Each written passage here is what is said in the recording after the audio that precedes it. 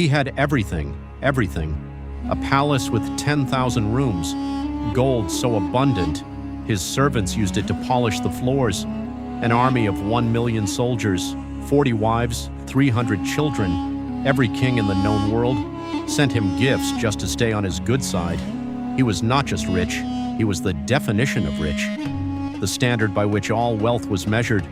For 40 years, he got everything he ever wanted, every single thing, except one, and it was the only thing that actually mattered.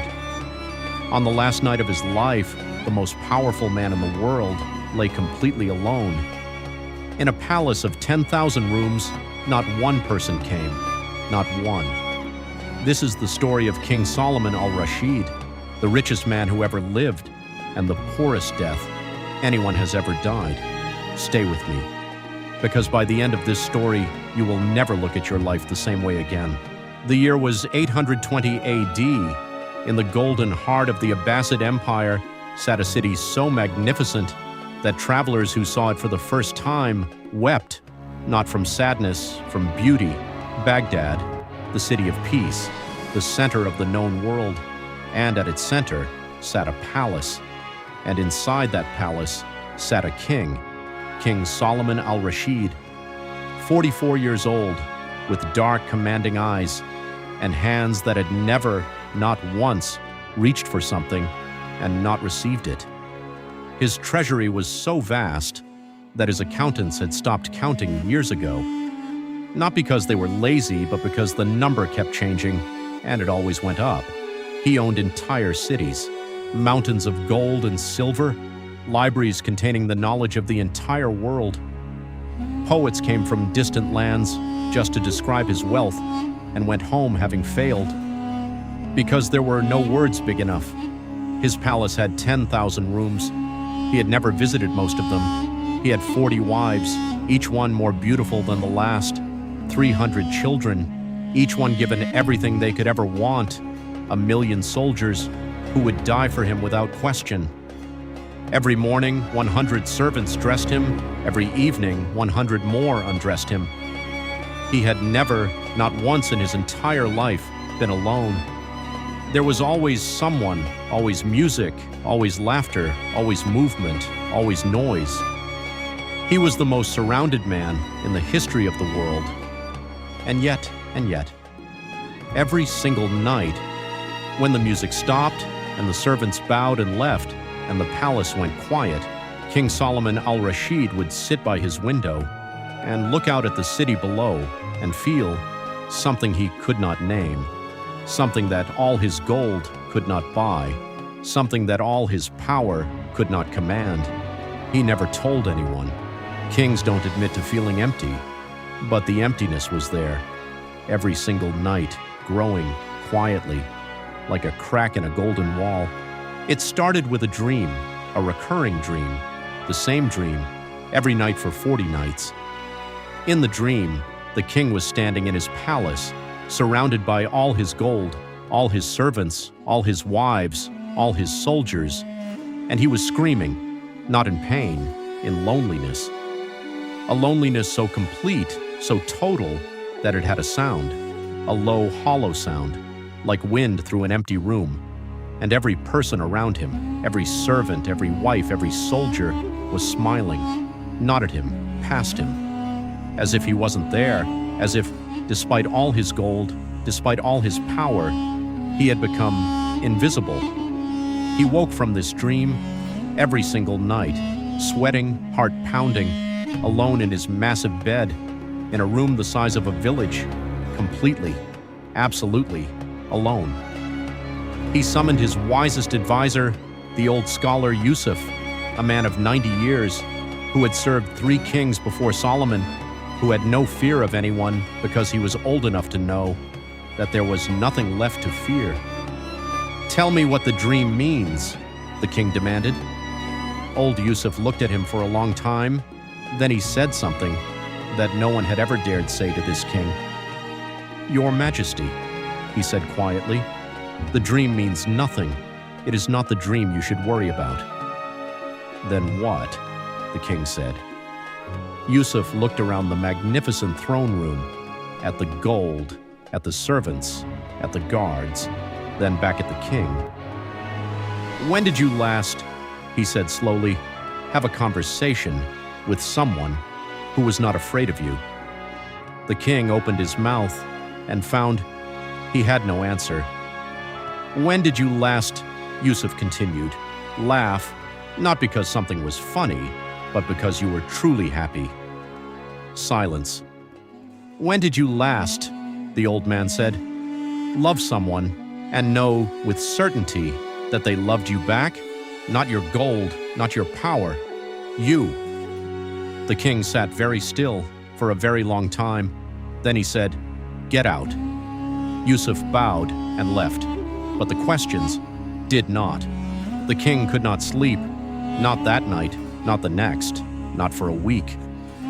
The old scholar's questions had done something that 40 years of wealth had not done. They had shown him the truth, and the truth was this: he did not have a single friend, not one. Every person in his life wanted something from him. His advisors wanted power, his wives wanted security, his children wanted inheritance, his generals wanted glory, his poets wanted gold. Every smile directed at him had a price tag behind it. Every kind word was an investment. He was not loved. He was used carefully, expertly by everyone, and he had been too busy being powerful to notice. He made a decision. He would find it. Real love, real friendship, real connection. He disguised himself, dressed in simple clothes, left the palace alone for the first time in his life, and walked into the city, his city, that he had never actually seen. What he found shook him to his core. In the marketplace, he saw a poor man sharing his last piece of bread with a stranger, laughing genuinely. The kind of laugh the king had forgotten existed. In a narrow alley, he saw two old friends sitting on steps, saying nothing, just sitting together in comfortable silence, the kind of silence that only exists between people who truly know each other. And the king stood there in his simple disguise, the richest man in the world, watching two poor old men sit in silence, and felt something crack open in his chest, because he understood in that moment that those two old men were richer than him in the only way that mattered. He tried to buy it. Of course he did. He was a king. He tried to hire friends, real ones. He offered gold to men to simply spend time with him as equals, and it worked for a while, until he realized that paid company is the loneliest company of all. Because you always know, in the back of your mind, you always know. He tried romance, a new wife, young, beautiful. She looked at him with warm eyes. He looked back and saw his treasury reflected in them, not him, his gold. He sent her away. He tried his children, all 300 of them, summoned them, one by one, asked each one, "Do you love me?" Every single one said yes, immediately, enthusiastically, perfectly. And that was exactly the problem. Real love does not come that quickly, does not come that perfectly. Real love argues sometimes. Real love says difficult things. Real love sits with you in silence, not because it is paid to, but because it wants nowhere else to be.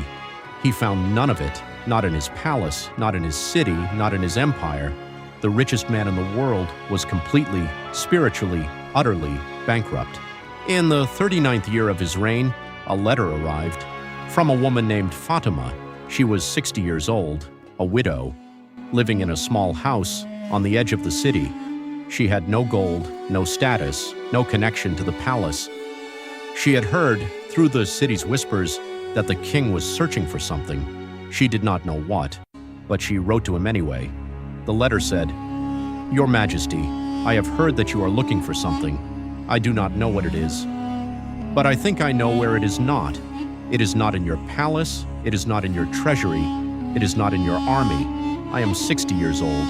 I have been poor my entire life. I have buried a husband. I have raised 4 children alone. I have known hunger, I have known cold. I have known grief that had no bottom, but I have also known something that I think you have not. I have known mornings where I woke up and the first thought in my mind was someone else. Not myself, someone I loved. And that thought was enough to get me through anything. I think, Your Majesty, that is what you are looking for, a first thought that belongs to someone else. I have no advice for how to find it. I just wanted you to know that it exists and that it is worth more than everything in your treasury, a poor old woman, Fatima.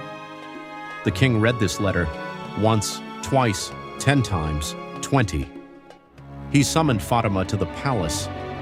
She came, not impressed by the gold, not afraid of the guards, not performing for the king.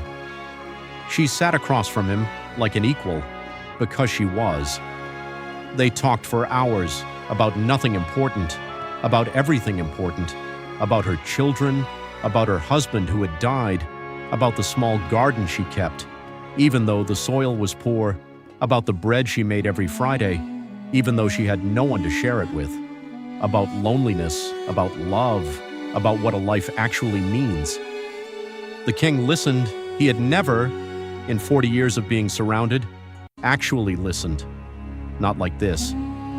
When she left, he sat alone, but it was a different kind of alone, not empty, not hollow, just quiet. For the first time in his life, the silence did not frighten him. He wrote back to her. She wrote back to him. They wrote for 2 years, not as king and subject, as two human beings, honest, real, without performance. It was the closest thing to friendship he had ever known. And then she died, quietly, in her small house on the edge of the city. Surrounded by her children, loved, completely. The king received the news, and for the first time, in 40 years of getting everything he wanted, he wept, not for her. She had died well. He wept for himself, because he understood, finally, what he had spent his entire life missing. 5 years after Fatima died, the king fell ill, not a dramatic illness, not a warrior's wound, just the quiet illness that comes for everyone, eventually, old age, wearing him down, day by day. His advisors came, with medicines, with remedies, with promises. His wives came, performing grief they didn't feel. His children came, already calculating inheritance. His generals came, already planning succession. He saw through all of it. He had always seen through all of it. He had just chosen not to look. On the last night, he sent them all away, every single one. Advisors, wives, children, guards, servants. He lay in his massive bed, in his palace of 10,000 rooms, in the greatest empire the world had ever seen, completely alone, and in the silence, he thought about Fatima. He thought about the poor man sharing bread.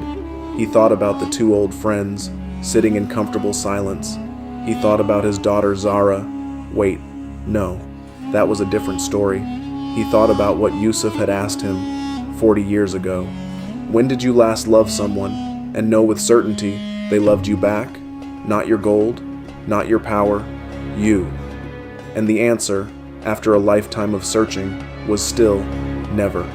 He had never been loved for himself, and he had never loved fully, without fear, without condition, without keeping score. He had been too busy being a king to be a human being.